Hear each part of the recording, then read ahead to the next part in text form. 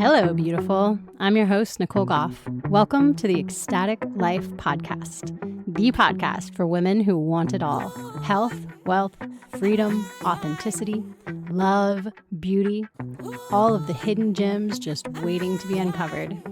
This is the podcast for women who are ready to discover their inner creatrix, to discover their inner manifester, and who want to find the ecstatic in every day. Hello, and welcome back to the Ecstatic Life Podcast. This week, I am coming at you with a real and raw conversation between Shellbe and I. This is just a mama-to-mama conversation. No medical degrees, just lived wisdom. We are sharing our personal experiences with holistic approaches to childhood illnesses, as Shelby's daughter just spent the last couple of weeks with strep throat, and she was able to treat it naturally using essential oils, herbs, and intuition. No antibiotics needed. So we dive into how the mainstream medicine and medical system can feel very disempowering and what it looks like to claim our authority as mamas. We also talk about the power of community, how essential it is to have like-minded moms in your corner when you're swimming upstream. We unpack the role of fear and the beauty of trusting your gut, literally and figuratively, and how to stay grounded when your kid is sick. So in this, we are going to be giving some practical insights on the healing role of fever, how to support versus suppress symptoms, and how to balance holistic practices with Western medicine, because it's not all or nothing. So this episode is here to remind you that you are wise, you are capable, you are not alone, and to give you a little backstage pass into me and Shelby's friendship and how we support each other on our motherhood journey. So enjoy. Disclaimer. I am not a doctor. Shelby is not a doctor. This is not medical advice. This is just two moms talking about our experiences with our kids and what has worked and what hasn't worked. And we are not prescribing or telling anyone else to not listen to their doctor or to not get medical advice. Absolutely. And I think one of my biggest things that I want to share right now in my space online is that I'm so thankful to have this group of moms around me. I reached out to you. So my daughter recently had strep throat, self-diagnosed, but I reached out to you and you gave me advice about that. And I reached out to my sister and my other friends. And I know if I didn't have that, even though I've been holistic my whole life, I still had moments of like, am I doing the right thing? Yeah. Like as a mom, you're tired. And then you kind of forget, like, what remedy am I supposed to use right now? And that's why we need each other. Yeah. So with sharing. And you start doubting, and that was something that I know you ran into. And I have, too. It's easier to be strong when you're not in the thick of it, when you're not there with the kid that has the 101-degree fever and is whining. That's when you start to doubt yourself. And it's like, we both know our shit. We both know what herbs that, we can use and all this. But when you've been up 2 nights in a row with a kid with a fever, all that self-doubt starts creeping in. And then you're like, am I really qualified to do this? And so you texted me and, what did I do? I'm like, you got this, mama. This is, your jam. Yeah. Give you that confidence boost when everybody around you in the mainstream is saying to outsource, that you don't know. It's so disempowering. The world that we live in is so disempowering. And it's set up to be that way because the system wants a bunch of slaves that are dependent upon the system. That's how it keeps running. That's how it grows. That's how it stays in power. That's how it stays relevant. It is a system because people feed into it, because they are controlled by their fear and they are disempowered. And so, everything around you in the mainstream is saying, just go to the doctor, get on prescriptions, take antibiotics. You don't know what you're doing. You're putting your kid's health at risk. And it's all of this fear programming, all of this fear messaging to disempower us as mothers, to use our intuition, to look inside, to see what we really feel, to use that innate connection that we have with our kids to know absolutely if they are okay or not. And that Right. connection, that intuition that we have with the earth, to know what the earth, what, source has given us, has provided for us to care for our kids. Right. And that's that knowledge that has been severed from us in the last Right. couple hundred years. That is that knowledge that is suppressed. The witches were burned for this knowledge, right? All of our ancestors, all of our sisters and mothers and grandmothers, this lineage behind us that held this sacred wisdom, they were persecuted and tried and convicted. And so we have lost all of this. And it's so good to see people like us and the other mamas in our circles who are trying to regain this knowledge, to rebuild it, to recollect it, to redistribute it, and then to have each other's backs when we need it. Yeah. Yeah. Man, the other night I had, so it was like, in a second, I'll get into what I think it would be valid to go through and talk about like what I just did for 11 days. So everyone knows what we're talking about. But I was on day like 8 of this, and I had a couple people in my life, I will not name names, that were questioning me. How do you know that she's okay? How do you know what you're doing? What are you giving her? Blah blah blah. This witchcraft stuff isn't going to work. And I called my sister and I said, talk to me for a second and remind me that I know what the hell I'm doing. And she was like, you are a lioness because you are mama. That's why you know. Because you are mama. That's why you know. And she said, tell me deep down, how do you feel? I said, I really, truly believe in my heart that I'm doing the right thing and that she's progressively getting better. And my sister said, then that's exactly what you're doing. And I would be doing the exact same thing.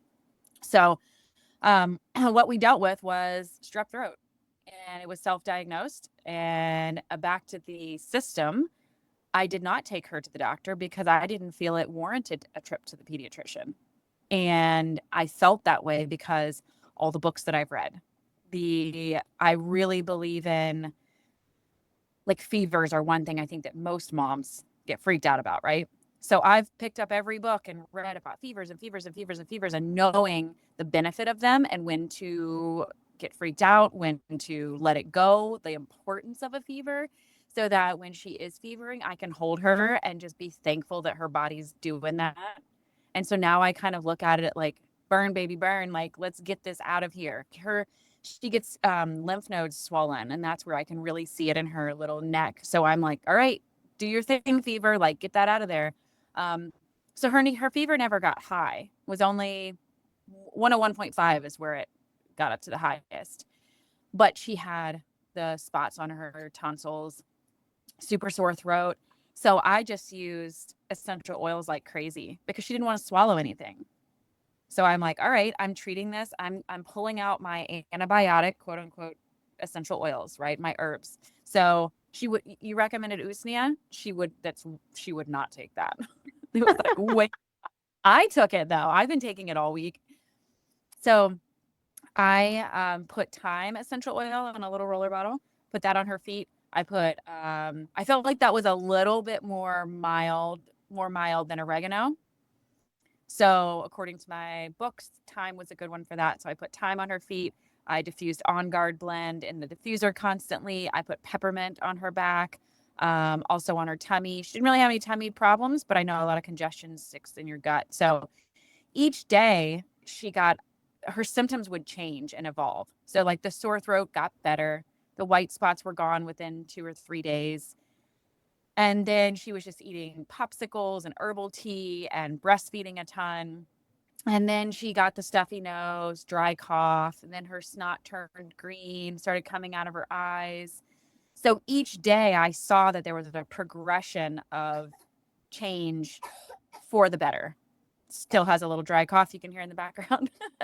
um, but each day it got a little bit better, but that fever just hung at 99 to 100. 101 in the evening sometimes. Um, and I thought 99 was a fever. Well, by day 6, I found out that that's not actually an active fever in a 5-year-old, according to my holistic online things. Um, so then I was like, oh my gosh, okay, so she hasn't been fevering for 6 days. She's just been unwell for 6 days. Um, so yeah, I just kept putting essential oils on her and I kept taking stuff. I would make her a smoothie, put a little bit of vitamin C powder in it. Again, she wasn't really wanting to eat a ton, but she was just munching constantly. So fruits and smoothies and popsicles, kombucha like crazy. That was one thing she just wanted all the time. So I kept giving her that. So had I taken her to the pediatrician, and I thought about this a couple of times. Okay. So I'm going to take her in there. I don't have a pediatrician, so we're going to go through that first. Like, who am I going to go to? And then I'm going to go in and they're going to tell me what I already know. And it's going to be a little bit of a traumatic experience for her, maybe because it's new, it's stressful. She's never been to a pediatrician. So then they're going to like stick this thing down her throat and swab her. And then they're going to give me antibiotics that I'm probably not going to use because then that's going to wreck her gut health when we're already moving progressively in the right direction. It was long. I mean, yesterday was 11 days of like, yesterday was the first day that she was acting herself again. So it was a long time, and I really believe, and I know that this isn't um, applicable for every parent, but it takes time to treat holistically. It takes time. It's slow, but it's deep. And that's what I came to with meditation, with prayer, with research, with Yep. laying there in bed going, am I doing the right thing? And, I I was gonna say not to get too spiritual, but I was laying there and I'm going, God, please heal my baby. Like, please just, and it's so loud in my mind. I am, I am, I am. And I felt her and she was hot. And I was like, oh, you are, you're right. Like Yeah. it's working. That was really cool. And I'm not a super, that doesn't matter. I'm spiritual. It doesn't matter. I don't need a disclaimer on that. But that was really beautiful. And I felt her, the heat in her, and it was doing the right thing. But I had to keep going back to that trust, you know, because I didn't sleep. Even Yeah. when she was sleeping, she's, when they're congested, they're just frustrated. They can't breathe. And I'm going, just breathe through your mouth, honey. It's all night long. So I wasn't sleeping. So I definitely hit a point. Now I'm on the other end where my best friend's little girl has it, the same thing, but it's worse. Her fever's gotten higher. And now I'm on the other end where I'm like, hey, this is what you do. You're strong. Her body's doing what it's supposed to. Let me get you all my remedies. So now I'm on the other end of that strength where she was that person for me last week. And now she's Yeah. saying, should I take her to the pediatrician? Literally, we're flip flopped because Yeah. tired. She's tired. And I want to make a point and let me know your thoughts on this. Everything, I think this is really important. Um, and this, I always take this into consideration with my coaching clients because I have a lot of people like in my circle of moms that call me and say, hey, what essential oil do I use for this? What would you do for this with the baby? Whatever. So by educating myself with fevers and what they do, and the importance of them and not suppressing them, when the fever does climb, I'm less worried. Unless she's like miserable. Lately, we've been dealing with headaches more with sicknesses as she gets older. And so I have given Motrin like a quarter of a I dose. want to say, I'm not sure that it's the getting older. It's been everybody in my family since 2020 has gotten weird random headaches. Mm, And I think it's part of the agenda. There's mhm. something. So, also with all viruses that we catch now, there's all kinds of weird symptoms that come up that we have never had before. And having been a mom for almost 20 years and been dealing with this stuff for almost 20 years, I can tell you that in 2020, something shifted massively. In December 2020, we got, the quote unquote COVID, whatever. My whole family did. And there's some, ever since then, there's been some weird stuff, and headaches, just headaches for no reason have popped up in my kids. And that was like never a thing before. I don't know if it's stuff that's being sprayed in the air, you know, I don't know, but it's not normal. I think that there's definitely something that we're dealing with now that we weren't dealing with before.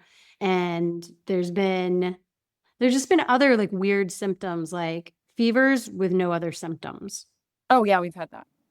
Just random fevers pop up without exposure to anything and without any other symptoms. And I'm like, what is this? Like, this never happened before. And all I can figure is it's our Toxic. bodies our bodies are trying to fight off something that we've never experienced before. So our bodies are just like, kill it, whatever it is, whether it's biological, chemical. There's something that I think is now in our environment, or things that are now in our environment that our bodies don't know how to deal with. So we are getting these random headaches. We're getting these random fevers, or other just random, like random sore throat lasts for 2 days and then just goes away with no other symptoms. Like, when does that kind of stuff happen, where you don't see like a cascade of symptoms that are like a traditional cold or a traditional flu? Like, there's usually a progression of symptoms that you go through when you are exposed to something and your body needs Right. to detox it. And instead, it's been these weird, like random detox symptoms that just pop up out of nowhere. So I definitely think that there's something else going on with a lot of this too. Um, yeah. And that within my small circle of myself, my best friend and my sister, that's something that we definitely, there's a 5G tower like not too far from here. And I mean, my best friend lives the closest to it, a mile and a half, something like that. And she's seriously considering selling her property and moving because Yeah. she's like, is this affecting us? I mean, so, and we think it's a 5G, we don't know, you know. But you know, back to like to remedies and things like this, and the reason why I want to talk about all of this and why we're doing this today is just the fear, and not allowing the fear to make decisions. Because if I Hmm. had rushed out and gone to the doctor, that would have been because I was scared that I didn't know what to do. Yeah. And that's okay too. I'm not like, there's no shaming going on when you take your kid to the doctor, because I also think that maybe if she had an established pediatrician, maybe I could have gone and said, like, if I felt more comfortable. But see, I'm not going to walk in there and go, I trust you.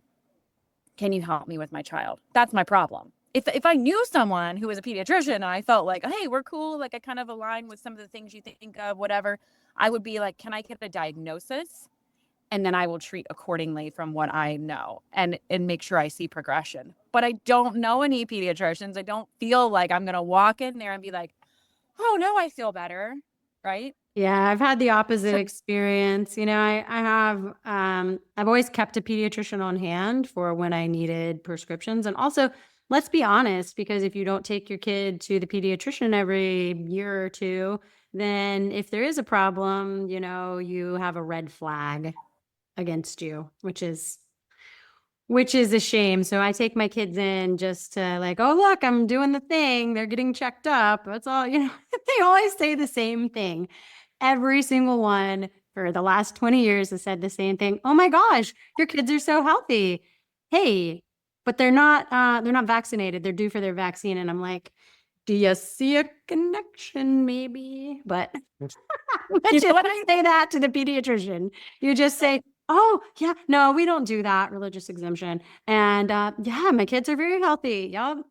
And they check their little boxes. But, so we had this past winter, we all got whooping cough. My kids all got whooping cough. I didn't get it. I missed me somehow. Everybody else in the family. I mean, not somehow, because I detox like every damn day. I'm taking care of myself really damn good. But so it missed me, but all the kids got whooping cough. And this cough lasted, they call it the 100-day cough. It lasted for 3 months. My kids were sick with this thing for 3 months. It was ridiculous. And so I did end up taking them into the pediatrician. And it was one of those I had scheduled for their like yearly checkup anyways.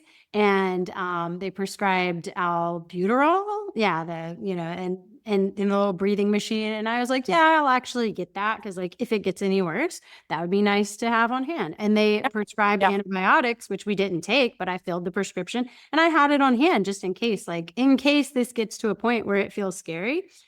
Now I have these on hand, but I didn't end up ever giving them any of it because it never got to the point where I thought, it was as you said, like it was rough. We had sleepless nights. There were times where I was feeling exhausted and pushed to the end of my rope with it because I had multiple kids coughing all night, and Oh just my God. nobody was getting any sleep. And, I think maybe a couple of times we might have used a little bit of like kids' Tylenol just to cut the cough. So we finally got a good night's sleep. But it never got to the point where I felt like their health and safety was in danger in some way. And I Right. think that's kind of the thing, and I said this to you when we were talking about your daughter. Antibiotics are like a life-saving Hmm. emergency only thing to me. So if somebody in my family had an infection that was life threatening, a blood infection or something like that, I would 100% get them on antibiotics. Of course. Yeah. 100%. But, and they work so much better then. Yes. Them Yes. really work good. Yep. But antibiotics, when you break it down, anti life. Hmm. Antibio, anti-life. They destroy your immune system, your gut health. Like there's so much they cause mood swings at post antibiotic treatment. You get all kinds because your gut and your brain are so connected. It just wipes out all the good the biotics, all the good life Yeah. that is living inside of you, and you have to start over. And it also creates a situation where sometimes the more harmful bacteria that are in your body can start to proliferate and take over. So if you have some gut bacteria that is maybe more destructive, like it can actually cause it. And the same thing with the yeast too. It causes the yeast to proliferate, so you can end up with gut issues. And for women, your vaginal flora gets all messed up. So a lot of times we get yeast infections post antibiotic treatment. And so it just messes up all kinds of stuff. And then it takes months. I mean, it takes usually a year to repair your gut after antibiotic treatment. And so it's like a nuclear bomb going off inside of your body. So to me, it's like, unless you are in a life-threatening situation, like unless you feel like death is possible, like I won't give them to my animals. I won't, I've really And moved I away from using them at all in a treatment way. Hope you're enjoying this episode of the Ecstatic Life podcast with my sometimes co-host Shellbe from Essentially Shellbe. If you are loving it, I wanted to invite you to head over to my Patreon, as we have the uncut version available there. Some parts of this conversation were too spicy for YouTube, and so we had to do some editing so that my account doesn't get flagged again. I invite you to head over to patreon.com/Nicole Goff Speaks. If you would like the full version, you can join my $5 a month club, where you have access to all of my uncut videos and a library of health and wellness videos that are also too spicy for YouTube, which includes the one that got me in trouble in the first place. So head over to patreon.com/Nicole Goff Speaks. Support the show and get the behind the scenes pass. And I hope you're enjoying this episode. and that's where I was. That's where I was. I don't know if you find that a lot of times your kids get like the sickest or the start on the weekend, when you're like, well, if I did want to take them somewhere, we'd have to go to urgent care, right? Or whatever. So it was like Saturday, and I'm thinking, it was starting to get to the point where she wasn't miserable, but she just wasn't herself, you know? And I was like, oh man, I want my baby back. Like I want her to have fun and be up and running. Um, just a lot of TV time. But I was thinking, okay, so if I go this route now, like even do a teledoc, like if I did a teledoc, I was like, okay, this is what's been going on for this many days. Can I get a script for antibiotics? Now we've worked so hard for 7 days to just go and give her antibiotics to wreck her gut health and do everything you just said. So I'm like, okay. And I had a point where I'm like, if she's not better by this time, then I'll go a different route. Like I'm not afraid to do that. I just kept going back to we are progressively getting better. We are progressively getting better. And using all the tools. And then, you know, I want to make sure to say that when you're using holistic stuff, I just look over at my little apothecary over here of all the things I've been using all week. Um, just like small and often, right? So I go by her and I dilute my essential oils, put it on the bottoms of her feet. And those were so great. Sorry if I'm repeating myself, but those were so great because she didn't have to take a bunch of stuff internally, you know? Like she didn't want to swallow the oregano capsules half the time. She didn't want to take the usnea. She didn't want to drink the vitamins. And everything's so damn sweet, you know? It's Mm. like she didn't want all of that sugar. So I could just, it's like passively treating. So even she didn't want herbal tea. So I made it into a popsicle and got that in her a couple times. But, you know, just go by and like rub it on the bottoms of her feet or on her spine and on her belly. And it just was easier to administer. Um, but yeah, just I didn't want I was like, we've worked so hard to get to this point and her gut health is good right now, you know, the kombucha. The one thing I am think so now we're on the other end of it, thank God. Now it's a matter of putting some weight back on her because every time she has a fever or a significant illness, she goes to this growth spurt. And which is another cool thing to pay attention to as a mom, especially with little ones. I don't know if you've seen this, but after a significant fever, they'll have some type of growth spurt, whether it be speech or what do you call it, like body movement, walking. I've Have you ever never seen that? noticed that. Whoa, I'm gonna have to Well, look for that now. That's one cool. is 2, right? What? Your youngest one is 2 years old right now. Mhm. Yeah. So it's really noticeable in little ones. So the idea is you know, a fever is a detoxifying.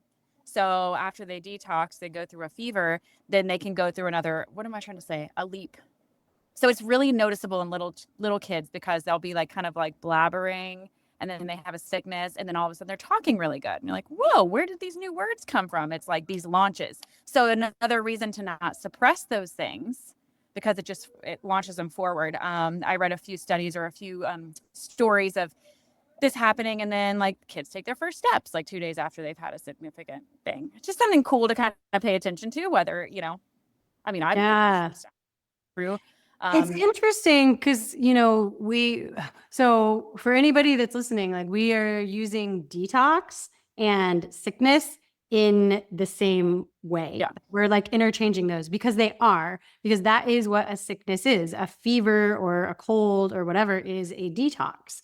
And so you right. can, by proactively detoxing and, getting in the sauna like we do, that's like inducing a fever. Like if you're proactively detoxing yourself on a regular basis, then you're less likely to need to detox when you are exposed to some kind of, a virus or a bacteria or whatever that might make the person next to you get sick. You don't get those symptoms because you've already detoxed so much that your body can just, move on.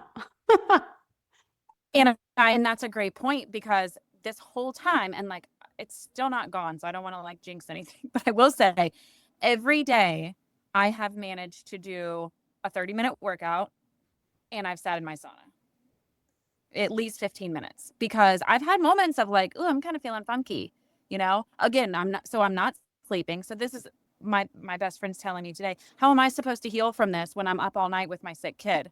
Like she's like, that's where she's still recovering from it, but she can't rest because she has 2 kids and one of them's sick. So that's what we run into as moms, right? So, if at all possible, take care of yourself as much as you can, even if you're feeling good. So I've been taking the Usnea every day. I've been taking these, I have these On Guard capsules. So it has On Guard essential oil and Melissa and oregano in it. So just pop those once a day. I've been making sure to drink like electrolytes and lots of water and all the things, right? To make sure that I'm keeping myself up. Also, I'm still breastfeeding. So that's taking a toll too But with the kiddos. that's helping her. Oh, and another thing too is getting outside and getting sunshine. So I don't know if you guys were doing that. That didn't occur to me when we were talking about it, but the vitamin D, getting outside and getting the sunshine on your body is so good for you when you're trying to either prevent or to heal from being sick. That has been really difficult for us this week because it's so hot and humid outside. Mm, Every time she goes outside, she says she feels bad. And yeah. so I'm like, okay, so as early in the morning as possible. And then in the evening, I'm like, we have to go outside. But she just says, oh, it makes my head hurt. Oh, it's too hot out here. And I'm like, okay, I'm trying to pay. She's pretty good with being honest with me. Like, do you just want to watch TV or do you really not want to go outside? But it is like, it's thick and hot outside right now. Yeah. Um, as soon as we're done with this, we are definitely going outside because she still has the green congestion in her nose. So really want to get that out. If she's to the Um, point now where she can swallow again, if you can get her on that usnea, because usnea, we keep bringing that up. Probably nobody else knows what the hell we're talking about. Usnea is the green lichen that grows on trees here in Florida. I'm not sure where all it does grow, but here in Florida, it grows all over on trees. And if you wild harvest it, you have to make sure you harvest it away from roads and pollution because it absorbs air pollution. So you want to get it in from somewhere really, pristine. And so a tincture made of usnea is the same as a doxycycline. It's an antibiotic. And so that's what I use as an antibiotic is usnea tincture. And the difference between usnea or other, I mean, oregano is also an antibiotic. The difference between these herbs and a pharmaceutical antibiotic is that they don't wipe out your good bacteria, which is crazy. mhm. Right? So these God-given remedies that we have all around us have a magical way of knowing the difference between the bad guys and the good guys inside of your body, which, Right. maybe I should take a step back and not label things as good and bad because, everything is serving a purpose, right? Mhm. So, all the symptoms have some sort of reason behind them, like they're doing something good for your body in cleansing or whatever, so if your body needs that cleanse, if it needs that detox and you're getting a fever, the fever isn't bad, the fever is detoxing so Right. nature is, not, I shouldn't label them bad, but let's say the bacteria inside of you that are making you sick, that are, causing you to have that, congestion or whatever, it knows to target that and not wipe out all your good gut bacteria that have been, established because of the kombucha. So that to me is like crazy. Like you can take something natural and it knows how to work with your body versus Right. something pharmaceutical. And it's like I said, it's like an atomic bomb goes off and everything in you dies. Right. Right. I mean, we're trying to avoid the cascading of issues, right? Hmm. So it's like, okay, so we're dealing with a sore throat and a runny nose. So let's get antibiotics. Now we're dealing with gut issues, gut to brain, and okay, the snotty nose is gone, but now we didn't. To me, it's like in my mind, it's like building blocks. Yeah. The immune Each time we do this, it's like, okay, now that was a really good boost for our immune system. And I know you were raised very holistically, as was I. And I think I did antibiotics one time. I had scarlet fever, thought I was dying because I read all these old books and everyone died from scarlet. I remember I was like 11 and we'd come to the States for something and I gotten scarlet fever, which was like, looking back, my mom probably was like, I didn't need to go get antibiotics, but we were probably around like other family that was like, oh my gosh, she has a rash all over her, take her, you know? Um, but I remember the doctor saying, you have scarlet fever. He is an Indian doctor. And I said, oh no, I'm gonna die. And he's looking and mom's like, oh, she reads like, what's the prairie book? Little Little House on House. the Prairie. Yeah. I Yeah. was like, I'm going down. This is it. But that was the only time I had antibiotics. And I have been very healthy throughout my life. Like, I don't even fever when I'm sick, which I have heard isn't always a great thing. Like, I'm not like, that's not necessarily good, but I get over things fairly quickly. Um, so that's what I'm doing for my kid. That's my focus, is like, honey, I know this is hard right now, but I'm giving you a really good foundation. That's my goal, is to do, to give her that, Yep. and trust in the process. And I'm on the other side, so I feel like I'm like all proud and like, it's fine, just go through the motions. Yep.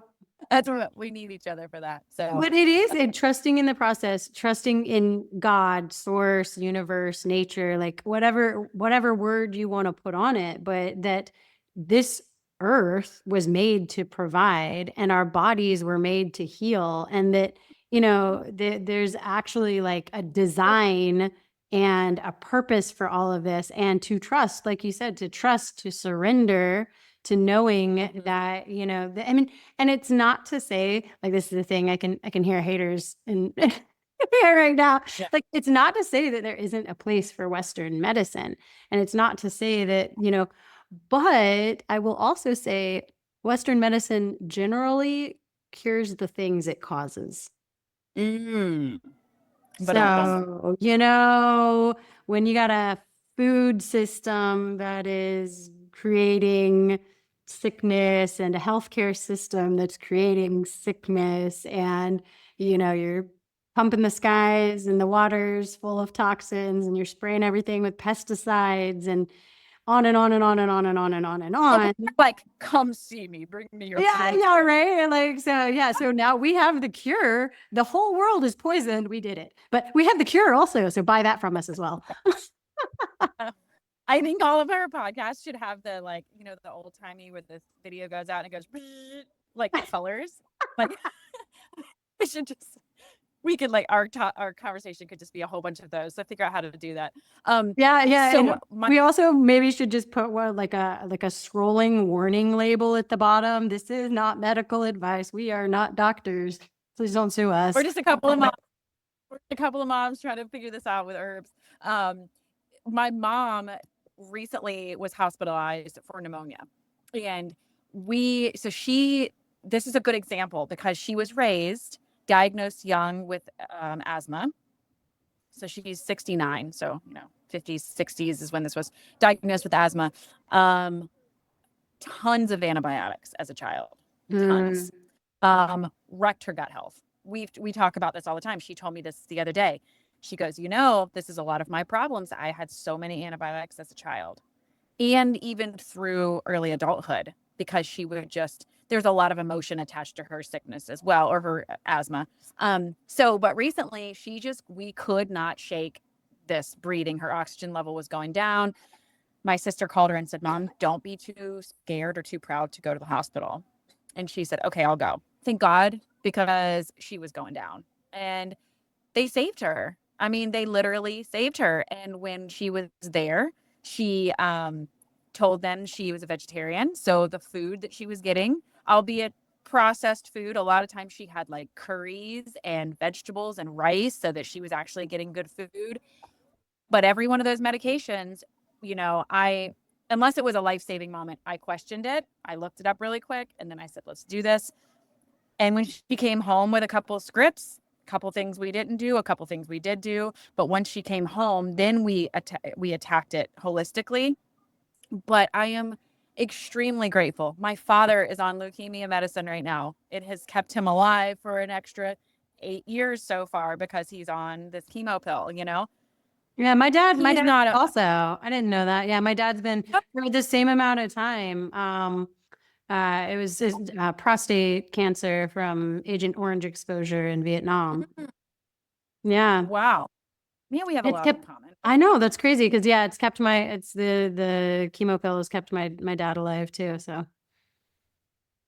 And I wish that my dad would do more holistic things, yeah, me but it's too. like Damn it, Western men don't listen though. whole other podcast. Yeah, that's a whole But other podcast. there is a time there is a time and a place for that, and so I am very respectful of that. But what I am wanting to do and what I try to do with myself is let's do everything we can to avoid having to go there, right? So let's keep you as healthy as possible. Let's not eat a bunch of junk food. So now I actually have to go soon because I have to take my mom to the general practitioner doctor just to he has to say, and then we'll leave and make our decisions. Um, Now I'm at the stage of the sickness work better, but now how do I put? I'm looking for ways to put weight on her because she went through a growth spurt. Vegetarian, go. Yeah, that butter, ghee, coconut oil, like just put fat in everything and protein. Yes. Protein powders, like shakes are so good for kids, like so good. Like just pack it full of as much protein and fat, but still, making it taste yummy. I've got a good recipe that I'll send you, but it's like Okay. 2 tablespoons of ghee and then Ooh. yeah, and then it's like nut butter and raw egg yolks, and you just pack all this stuff in. But you put it pastured eggs. You put it in with like berries and stuff, and when you whip it up into a smoothie, it's like it just tastes like a delicious, shake. And yeah, with some cacao in there. Yeah, yeah, just put it in Just reminding me everything. to her protein smoothie. Yes, I have protein smoothie with berries in it right now, and I also have a recipe for like a creamsicle popsicle. So it's coconut cream or coconut milk. I'll probably use coconut cream, orange juice, and then some lime essential oil, a little maple syrup. So Yeah. I'm going to molds because it has that fat. So what the Raw egg yolk. I saw you like, "Ew," but raw egg yolk, not the whites. The whites aren't good for you raw, but just the raw egg yolk is so good for kids. I mean, yeah. that's what bodybuilders, when they're trying to like bulk up, they'll just drink like a shake with like 10 raw egg yolks in it. Yeah, raw egg yolk also is healing. And kefir, raw milk kefir, that's another one that's really super healing. There's studies. YouTube's going to ban me if I say what they are, but they are things that people have tested against to cure things that they used, and I can't say it or else I'll get another video ban. But read between the lines. Um, got it. I'm there. I'm heading to that store, not to be mentioned, to go get some. Now, let me ask you this. I'm not really familiar with kefir. So we're dealing still with congestion in her face. So normally I would steer clear of dairy. Is Yes, kefir I would steer clear of dairy. You can do water kefir, or you can make, if you have the kefir grains, you can make kefir with like coconut milk instead. so I can buy water kefir. Yeah, water kefir can be made with any kind of juice or sugar water, and coconut water, and then you can use the milk kefir grains to make coconut milk kefir, which you can get. They do sell it at some stores. Like, also they sell the yogurt that's made out of like coconut milk. That would be another substitute. But yeah, I wouldn't do the dairy when you're dealing with the green congestion because that causes more Yeah. congestion. Yeah. Yeah. Because a lot of her protein or a lot of her fats and protein come from cheese. So, Yeah, I um, wouldn't do. That's super congesting. Yeah, so I we don't would do. like I said, ghee, because ghee is clarified butter. It doesn't have any of the like congesting properties of the dairy in it still. So ghee, and you can just add it to everything. And coconut, also the coconut fat, the coconut oil, those two things, super good. They have the good cholesterols and everything that are it's gonna help her also heal because it's brain food. It's gonna help her Hmm. heal, probably give her that boost, like you were saying, that that growth spurt too. Yeah. Um, Yeah. yeah, and any kind of like nuts ground up in anything. I Coconut. gave her I in her smoothie, I put protein powder and then I put some macadamia nuts. Yep. Yeah. Any kind of nuts, any kind of nut butter. That's always a really good protein boost. Awesome. Well, I'm gonna head to the store while my mom's at the doctor, and I'm gonna go buy all my holistic things for this. I'm Nice. super proud of myself for sticking with it, and I'm super proud of my girls. Thank you that stuck with me through this. It was a long day. And it's funny on a side note, I haven't been drinking at all for like a month. And yesterday I was like so happy that she felt better. I was like, I'm gonna have a beer. And just made me feel like total shit. And I was Yes. like, this is the wrong direction. Hey, this is another podcast, but I have started experimenting with making non-alcoholic calming cocktails. I got Oh, hops and poppy seed and kava. So we're gonna have to do a whole thing like partying with non-alcoholic stuff, CBD. And I've been like experimenting with like mixing all this stuff in like cocktails and like, yeah. So it's just our mind, like we're in such a society of like, yeah, let's celebrate and have a drink. And like I went into the store and I was like, kind of want a glass of wine. Then I'm like, but I kind of don't. It's hot outside. And then I'm like, I'll just have one beer. And then I drink half of it. And I was like, oh, what the fuck? yeah. I'm so hungry all of a sudden. I feel, and I'm like, I'm a cocktail hour girl, like I have a beer a night forever. All of a sudden, it's just nope. Yep, but So, that month of detoxing, and you've been doing the sauna all the time. So this month mhm. of detoxing, your body is going to be more sensitive to the nose. So, Yeah, now that your system is like cleared out, those no's are going to like hit you really hard. Whereas before you're in kind of a fog, you're just like yeah, used to feeling bad. And so you don't notice it. But then once you get it out of your system, yeah, I did that with caffeine and dairy, and I know better. So now when I do it, I'm like, damn it. yeah. I know better. I know it's gonna make me feel like shit, but I want to do it anyways. And that's what happened. And I was like, man, can't I just? And then I was like, just a relaxing, like, oh, I fought the fight. No, I didn't. I was like, I should have just had some kombucha and I would have felt much better. But Yeah, yeah, we'll I have to hope, have a we'll have to have a non-alcoholic cocktail hour and record it and do a whole like podcast on that. We can just like sample different like nootropics and like that kind of stuff and see. I love it. I love it because I'm spending a lot of money on kombucha over here because I'm just drinking it every night. It's so good. Um, well, thank you for doing this with me. I hope that some of this conversation isn't edited or flagged, or that we get our point across and Yeah. help some other moms. I used to have a podcast called Fearless Motherhood where I just talked about whatever the hell I want to talk about because I'm a fearless mom with fearless friends. I know it's this whole I'm YouTube, this fearful. whole YouTube reality though. Like yeah, you got to play the game. It's crazy. You Yeah. and I aren't good at that, are we? So Yeah, no, just a little like beep, beep. yeah, Censored. yeah. I think it'll be fun. See if you can do that. See if you can do that. All All right, right. girl. Well, good luck with your adventures to the doctor today. And I love you, and we will talk soon. Thank you. You're amazing.